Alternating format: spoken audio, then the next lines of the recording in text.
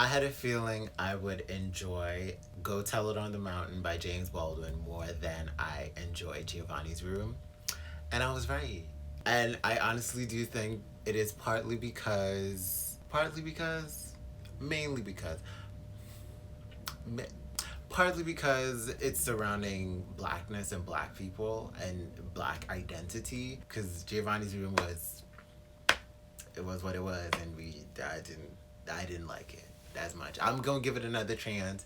I'm gonna give it a reread and see how I feel about it. But I was not sure what to expect with this. I knew it was gonna be like a family drama that was set in a Christian household, a Christian family, and it was gonna deal with the church, and it was gonna be some mess, and it was gonna be figuring out your identity within church and blackness and Christianity and queerness and all that stuff. And it did that a little bit, like the queerness part a little bit, but everything else was like very Christian and very in the church. The depictions of, well, I get a Southern Baptist church, or more like a Baptist church, or just like a black Christian church. It was so like very well depicted in this book.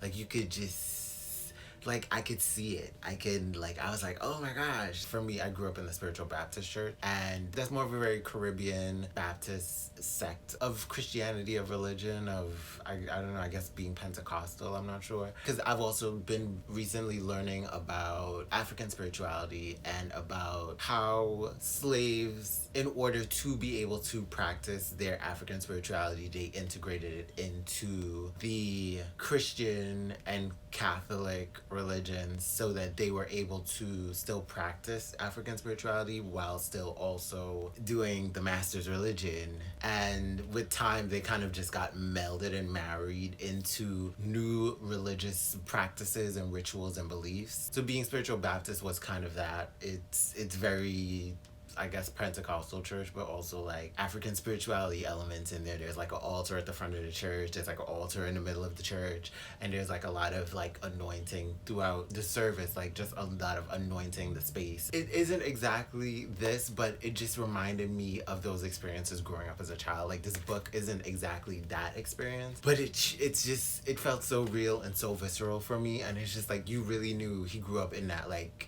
James Baldwin grew up in that church. He grew up in that church. People catching power and they falling out and they running around the church and all that. I resonated so much with John's character in this story because I felt like a lot of his experience in this book, like at least at the beginning of the book, where he just felt like he was seeing all these people, they catching power and they doing all this stuff in the book, but he didn't connect with that because he's like, I didn't feel like that's me. You know, that didn't happen. That wasn't happening for me the way it's happening for everybody else. And I just don't feel like I connect with being in church, with being in religion and being all that stuff. I just am not connecting with it. So I don't know. I'm not getting it. Like it's not curling all the way over for me, you know. But you just still show up because it's a part of your family, it's a part of the belief system that you've been raised up in. So you just kind of go with it, but you don't feel a genuine, authentic connection to it, you know. And then you also don't feel accepted within it. And you also kind of feel like you're seeing a lot of, I guess, hypocrisy, or just like a lot of just stuff like they're saying one thing and other people and everybody else is doing a whole another something else within the church. Another character I loved Roy. I was just really into Roy's character. I don't feel like he was there like a lot. He was kind of like the subject of conversations a little bit at times. I liked how rebellious and just so defiant he was as a character. I like that. I just love that. He knew who he was and he just was with it. He's like, this is who the fuck I am. It is what it is, you know. He did his shot. Well, I don't think he did his shadow work, but you know, he accepted who the fuck he was, good and bad. And he was like, this is who the fuck I am, and it is what it is, and I'm not feeling this or I'm feeling that or whatever. I know who I am, and I'm gonna stand in it authentically all day. I don't care who with it, who not with it. I'm being authentically me. So I loved Roy's character for that. I loved the women in this story, but I definitely loved Florence. I loved reading her chapter. I just loved how just she went out and she explored the world and she did what she had to do and she got what I don't know, in a way she kind of reminded me of my mother a little bit. I don't know, she just felt like somebody familiar to me, like in my family or in like around me. It just reminded me of like, you know, you young, you fabulous, you want to go out and explore the world and do your own thing. That's kind of how I saw my mother. Now, with Gabriel's character, I was not a fan of Gabriel, and I'm so mad that like I feel like a significant chunk of this book was devoted to him. Like after a while, I was just like, okay, yeah, I get it. It's his backstory, a little bit of I guess redemption or explaining and understanding who he was and why he turned out to be the person that he is. After a while, I was just like, I don't care. I don't care. You're not gonna make me feel sympathy for him because he's a shit person. Like, it feels like you're trying to redeem him and you're trying to make me, after you've already told me he's not a shit person, you showed me how bad he is in this present moment, and then you're going back to explain like, well, you know, this is why he is the way he is. And I'm like, yeah, I get it, but also like I don't have to like him or agree with him. I appreciate being able to understand where someone is coming from, but I don't have to agree with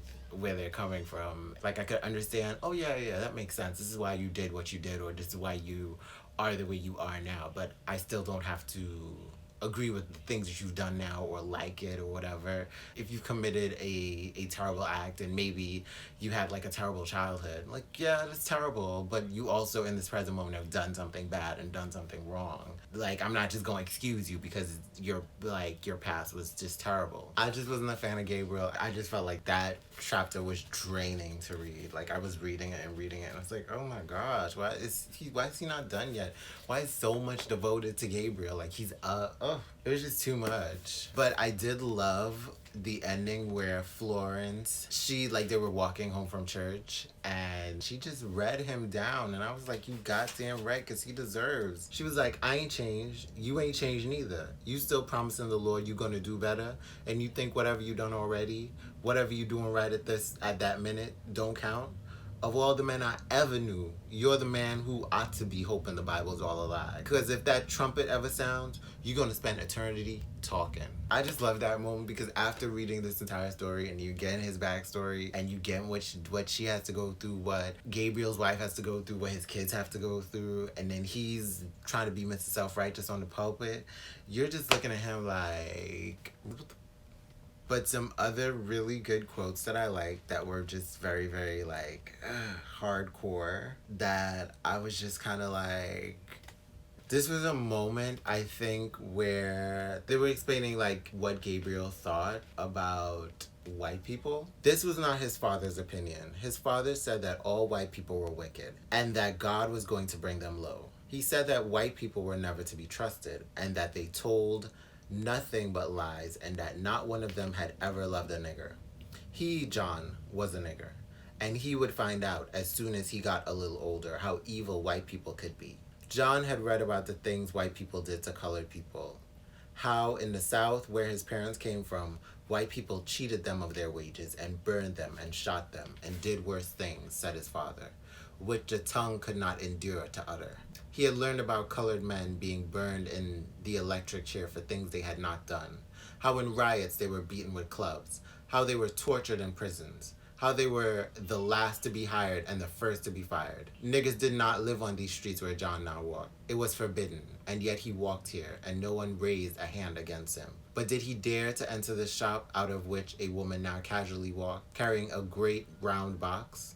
Or this apartment with which a white man stood, dressed in a brilliant uniform? John knew he did not dare, not today. No, nor tomorrow neither. For him there was the back door, and the dark streets, and the kitchen or the basement. This world was not for him. If he refused to believe and wanted to break his neck trying, then he could try until the sun refused to shine. They would never let him enter. In John's mind then, the people in the avenue underwent a change, and he feared them and knew that one day he could hate them if God did not change his heart. That really had me thinking, because that's something that I've thought about.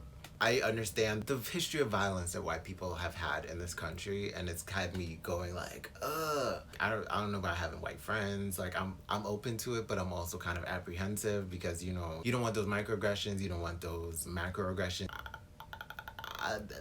Y'all have a history of violence. Like I've even thought about like, oh, being in a relationship with somebody white. I've been apprehensive about that because I'm like, oh, I'm gonna have to teach you a bunch of stuff. There's a possibility that because of how you've grown up, there's gonna be some microaggressions in this relationship. You're gonna think, ooh, we could kiki and kaka about like just racial things, and I'm like, no, we're not about to do that, because Funny thing, I was just watching Boys in the Band, and I watched the original and I watched the remake that Ryan Murphy did. It showed a lot of, well, it showed a lot of self-hate amongst gay men, but also it showed a lot of the racial microaggressions that white gays have towards people of color. In the original, there was an Asian microaggression, and then the one black character, he had like the most effeminate character in the movie, giving him a bunch of microaggressions. They said they wanted to play some music. He brought out the speakers, started playing music and dancing, and the one effeminate character who kept doing all of the microaggressions to the black guy who was his friend,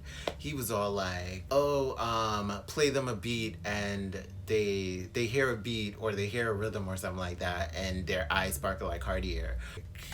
I could see the visual of it, and it just felt, and it was racist. It felt racist. It was completely racist. And they did address that later in the movie, where the lead character kind of called out the more feminine character and the black guy for like allowing this not black guy to kind of do these prejudiced microaggressions and stuff like that. And it was kind of like a half-ass explanation, because he was like, well, because he's effeminate, it allows him to feel equal to me or something like that, because we're both kind of like minorities within the community. And I was just like, girl, that's not good enough. And then Brian Murphy kind of tried to clean it up a little bit in the new one, but it was still like, girl, that's still not gonna work for me. That's still trash.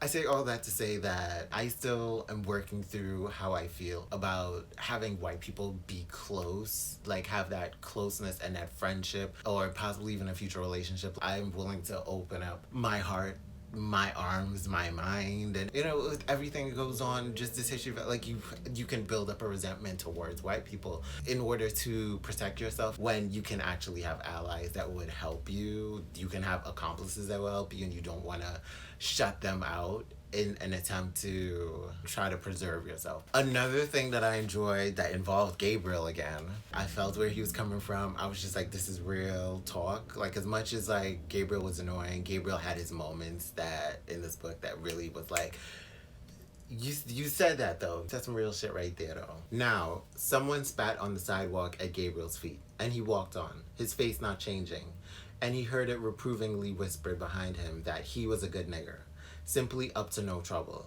He hoped that he would not be spoken to, that he would not have to smile into any of those so well-known white faces. While he walked, held by his caution more rigid than an arrow, he prayed, as his mother had taught him to pray, for loving kindness. Yet he dreamed of the feel of a white man's forehead against his shoe. That in itself is like an illustration of kind of like, it's illustrating the resentment that black people can have because of the atrocities that white people have done against black people. But it is also how we have to navigate as black people within white spaces to be seen as like this good nigga, this good black person, this good respectable black person. Because white people can like use any little thing to use it against us, to make it seem like you don't deserve this, you're not good enough, you shouldn't be here. You gotta tap dance, and you gotta bojangles your way around white people, because you gotta make sure they feel good. And it's just like, it shouldn't be a matter of I'm just living my life to try to make you feel good just in order to survive. We should all be able to survive doing our own thing and not having to base ourselves. And my last quote, this was a quote from one of the parts that really broke my heart. It was just so this was when Elizabeth, like her first love, it was some mess where he got caught up in some mistaken identity, not even mistaken identity, some wrongfully accused business, and the police, it just, oh my gosh, mirroring what is happening in real contemporary life right now. The police take him in and they are beating him up, expecting a confession out of him. The shop owner is lying and saying that, oh, he was a part of this too. And he adamantly said that's not who he was. And they degraded him to the point that at the end of all of this, even after he was free, he was like, he can live with himself. It's very Khalif Browder, where it's just like going into this prison system, this incarceration system, it demoralized him to the point that when he got out and he was free, he just like, he can live with himself. I really felt strongly about how Elizabeth felt in this passage. She looked out into the quiet, sunny streets, and for the first time in her life, she hated it all. The white city, the white world. She could not, that day, think of one decent white person in the whole world. She sat there and she hoped that one day God, with tortures inconceivable, would grind them utterly into humility and make them know that black boys and black girls, whom they treated with such condescension, such disdain, and such good humor, had hearts like human beings too, more human hearts than theirs. I give I'll tell you, James Baldwin can write. He can write. Like, he really tapped into the honest and evocative feelings of black people in America. Like, I love this book. Like, this is a really good book. Like, I enjoyed this a lot. Even more now, I am looking forward to reading his other novels. I don't know about the short stories and the essays and stuff like that. Maybe, maybe not. Maybe we'll see. Apparently I'm not a short form type of girl. It's a hit or miss for me when it comes to short form. Well, I can't say I don't like short form. It depends on the short form. I just don't like a book of short form. I know, I loved his writing in this book. I will say that he does have a very specific, a very identifiable cadence of his writing. Like, when you listen to his interviews and his recordings of speeches and stuff that he's done, you can, like, really read in his cadence in this book. And it kind of can be a little... I don't know, I felt like it was draining at times because he'd like have these very long sentences with like commas, and it's almost like he's going on one thought and then he kind of interjects another thought related to his current thought, and then he continues and ends his thought. And I get it because that is kind of who I am at times. Like, I will start talking about something but also find another connection that I want to insert in this thought so that you get the whole picture, and sometimes it's like that can get a little tedious, and I know I'm trying to be a little bit better, a little bit more concise and stuff, but at the same time, I want you to get the full picture, you know? I want you to know exactly what I'm talking about, but at the same time, maybe you don't need everything. You don't need to know everything. I still enjoy his writing. There's still a flow and a poetry and a music to the way he writes. I enjoyed this book a lot. The Gabriel part was a little draining, but for the most part, it had a lot of impactful moments. Thank you for spending your time with me, and I'm out this bitch like Fleek, the fuck.